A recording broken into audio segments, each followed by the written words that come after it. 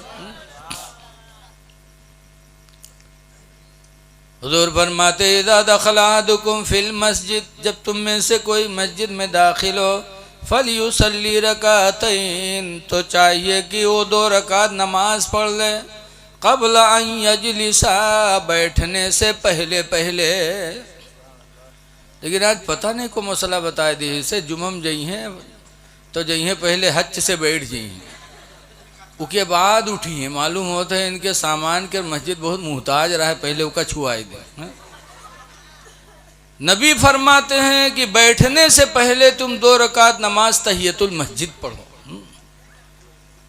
और मस्जिद में जाके बैठ जाते हो, पहले बैठो ना, पहले 2 रकात नमाज तहियतुल मस्जिद पढ़ के फिर दुआएं करते रहो, कलमा दरूद पढ़ते रहो। फजर का वक्त आए तो तुम अजान दे दो, अजान दे दोगे तो तुम्हारी निजात का परवाना तैयार हो जाएगा। तो अच्छी बोलियां बोलो, ऐसी बोलियां बोलो कि तुम्हारे आमाल अच्छे हो जाएं। आज इस पुरफतन दौर में अगर हाफिज शेर मोहम्मद साहब ऐलान कर देती कि जलसा ख़त्म हुए उसके बाद सबका बिरयानी के दावत है, तो शायद यक्को कुर्सी खाली न हुई थी, सब बैठे रहते। मुसलमान खाने में आ गए, और ये मामला शुरू से रहा है। बहुत पहले हम सुना कि 3 आदमी रहे, घर से निकले, एक ईसाई था, एक यहूदी, एक मुसलमान, तीनों रोटी ले ले घर से निकले। रास्ता में खाए ले, उनके बाद फिर चले, फिर भूख हुए, खाना रहा नहीं तो मांगे लागे, तो कोनो को रहे मावा तो 1 प्याली खीर दे दी, अब खीर एक प्याली, खाए वाले 3 ठो। तो बैठे सलाह करें कि यार को खा, यार भूख सबका लाग है, सब कोई खाई हो तो कोई भला ना हो, तो कम से कम एक आदमी खाए ले तो कोई भला तो हो जी। तो कहें हाँ बात तो सही है, लेकिन भूख सबका लागे खाए को। तो ये हुआ कि कर रख दो, सो जाओ और सुबह उठो, ख्वाब देखो और सुबह बयान करो जेके ख्वाब अच्छा हुई, खीर खाई ले। तो खीर रख दी, तीनों सोई गए, लेटे तीनों।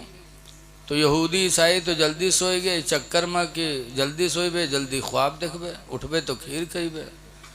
और मुसलमान का बगैर खाए कहाँ नींद भैया। तो ईसाई यहूदी लेटे और सोए गए। जब सोए तो नाक जब खों खों बाजे लाग, तब मुसलमान जाने इसकी अब सोई गए हैं। वह उठा, खीर उठाइस और खाइस और पानी पीस, तब आराम से लेटा।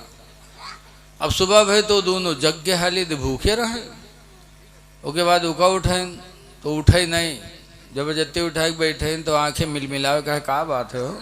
तो कहें अरे ख्वाब बताओ, खीर खावा जाए। तो कहें तुम लोग बताओ। तो ईसाई बोला कि सुनो, लोग ज़मीन का ख्वाब देखते हैं, आज मैंने आसमानी ख्वाब देखा। कहा क्या? कहा आज मेरे पैगम्बर हज़रत ईसा अलैहिस्सलाम आए और उन्होंने मुझे उठाया, ज़मीन की सैर कराते कराते पहले आसमान पे ले गए, दूसरे पे ले गए, तीसरे पे ले गए, चौथे आसमान पे लेके गए, फिर वापस छोड़ा। तो आज मैंने आसमानी ख्वाब देखा, वो खीर मैं खाऊंगा। तो यहूदी बोला कि सुन, अगर तेरे पैगंबर ईसा आए थे चौथे आसमान पर लेके गए तो तू सुन ले, मेरे पैगंबर